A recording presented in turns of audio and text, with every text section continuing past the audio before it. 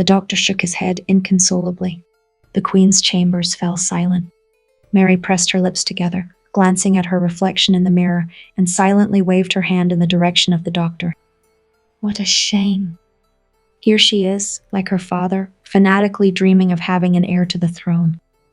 The Queen's life has been marked by uncertainty, illness, and emotional turmoil, which is not surprising given her precarious position during the reigns of previous rulers. Mary Tudor, daughter of Catherine of Aragon and Henry VIII, upset her father with her birth. Just a girl, the king muttered, looking into those dark little eyes. No doubt he loved her as a father, but as a king, he was upset. Mary, accustomed to luxury since childhood, was suddenly reduced to the status of a bastard, the daughter of a Spanish princess and the King of England, all because of a Boleyn snake. There is no question that Mary disliked her father's favorite and wife. For her sake, Henry abandoned her mother, Catherine of Aragon, and for her sake he stripped Mary of her princess status, declaring that she was not born of a legitimate marriage. At her father's demand, Mary had to bow her head to her father, acknowledging her descent so as not to fall into disgrace to the King of England altogether. Mary feared for her life. The foundations of her faith had been undermined, and her place in the line of succession to the throne was changing time and again. She did not even hope to take the throne. As a 23-year-old girl, Mary tried unsuccessfully to marry the German Duke Philip of Bavaria. Although he was a Lutheran, she hoped that this union would change her unhappy fate. The Duke presented Mary with a pearl and diamond cross, and the couple exchanged chaste kisses cheek to cheek. The only thing left to do was the marriage contract. Henry was stalling, and England's relations with the duchy had deteriorated. And somehow, the engagement to the Duke of Bavaria came to naught. After the death of Henry VIII in 1547, his son Edward took the throne from Jane Seymour. During Edward's reign, as the Protestant party introduced increasingly radical reforms, the likelihood of Mary marrying a foreign prince diminished, as did her chances of ascending to the throne. Edward was young, able to rule for many years and have many children. But as fate would have it, the 15-year-old's life ended in 1553 before it could begin. The cause of death was lung problems, tuberculosis, or pneumonia. Mary sat on the throne after a short reign of Jane Grey, the granddaughter of Mary Tudor, who was Henry VIII's sister. Mary was helped by the popularity she gained among her countrymen and the failures of the Duke of Northumberland, who headed the government. In addition, she was a direct and undisputed descendant of Henry VIII and a Spanish princess. The new queen enjoyed particularly strong support in the east of the country, a stronghold of Catholicism, where the cult of Mary had previously flourished. At first, Mary was said to be the jewel and joy of England, a gentle, compassionate, kind, and wise queen. She was the first woman in England's history to inherit and retain the throne, but for all her virtues, she could not expect to rule alone. According to the politics of the time, Mary had to find a husband to guide and support her, to be a plaything in the hands of men again. In addition, she was to bear male offspring. Mary's choice of husband was predictable and unpopular. Citing her Spanish roots, Mary decided that she would marry the son of the Holy Roman Emperor, Philip II. The prince already had a son from a previous marriage, giving Mary hopes of producing an heir to the English throne. Statesmen persuaded her to marry an Englishman, suggesting Edward Courtenay, Earl of Devon. Mary refused. Still, marriage to Philip promised her several more crowns, in the form of Naples and Sicily, as well as Spain. Prince Philip, born in 1527, was 11 years younger than Mary, but because of his religion and origin, the Queen's plans did not meet with approval in England. Riots began, and in 1554 an open rebellion broke out. The Tudor rule of complete domination of the husband over the wife gave rise to fears that England would be subjugated to Spain and sacrifice its own interests to a foreign power, and a Catholic one at that. Mary's subjects did not believe that any independence could be maintained after her marriage. Some openly rebelled against her. Wyatt, who led the rebellion in 1554, was motivated by a desire to protect the country from foreign invasion, but, by sheer coincidence, all the leaders of the rebellion were Protestants.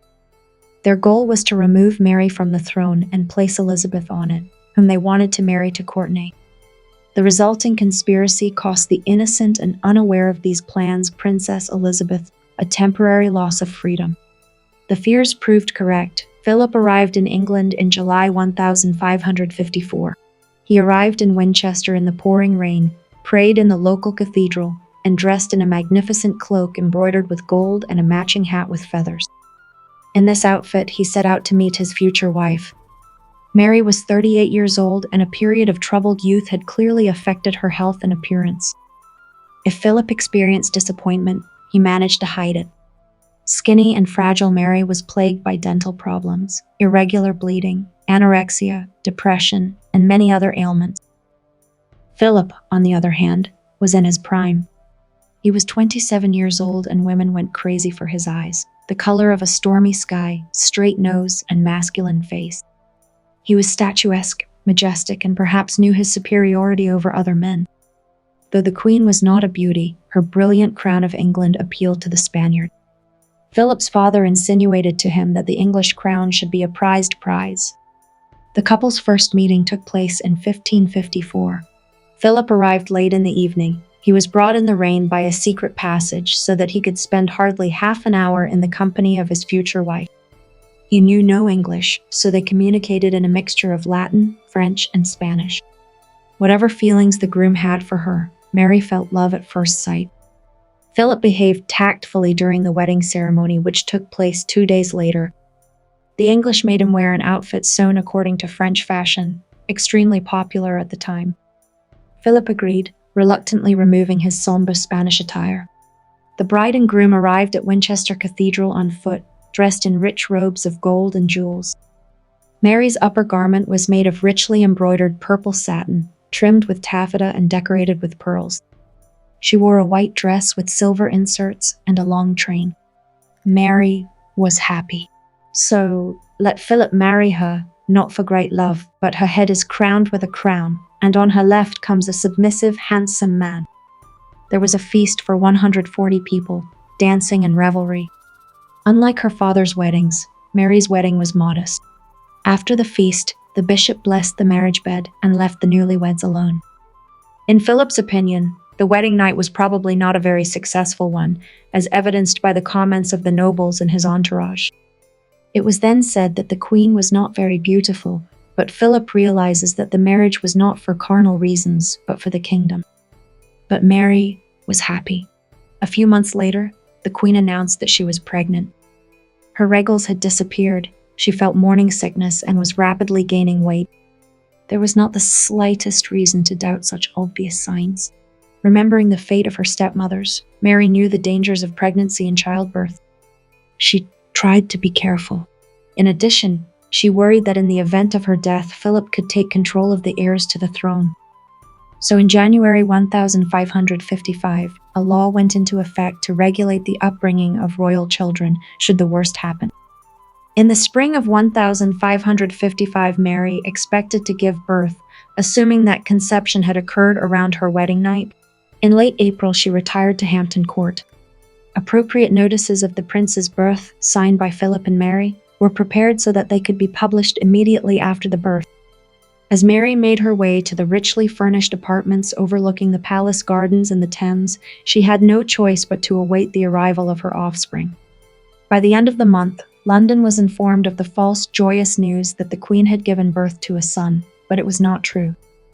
London rejoiced in vain, and soon after there were rumors that Mary was not pregnant. She wanted to smuggle the child into the palace and pass it off as her heir. At the end of May, Mary all walked in the garden in anticipation of labor, but they all did not come. Nor did they come in the summer. Then it became clear that there would be no labor. How could that be possible?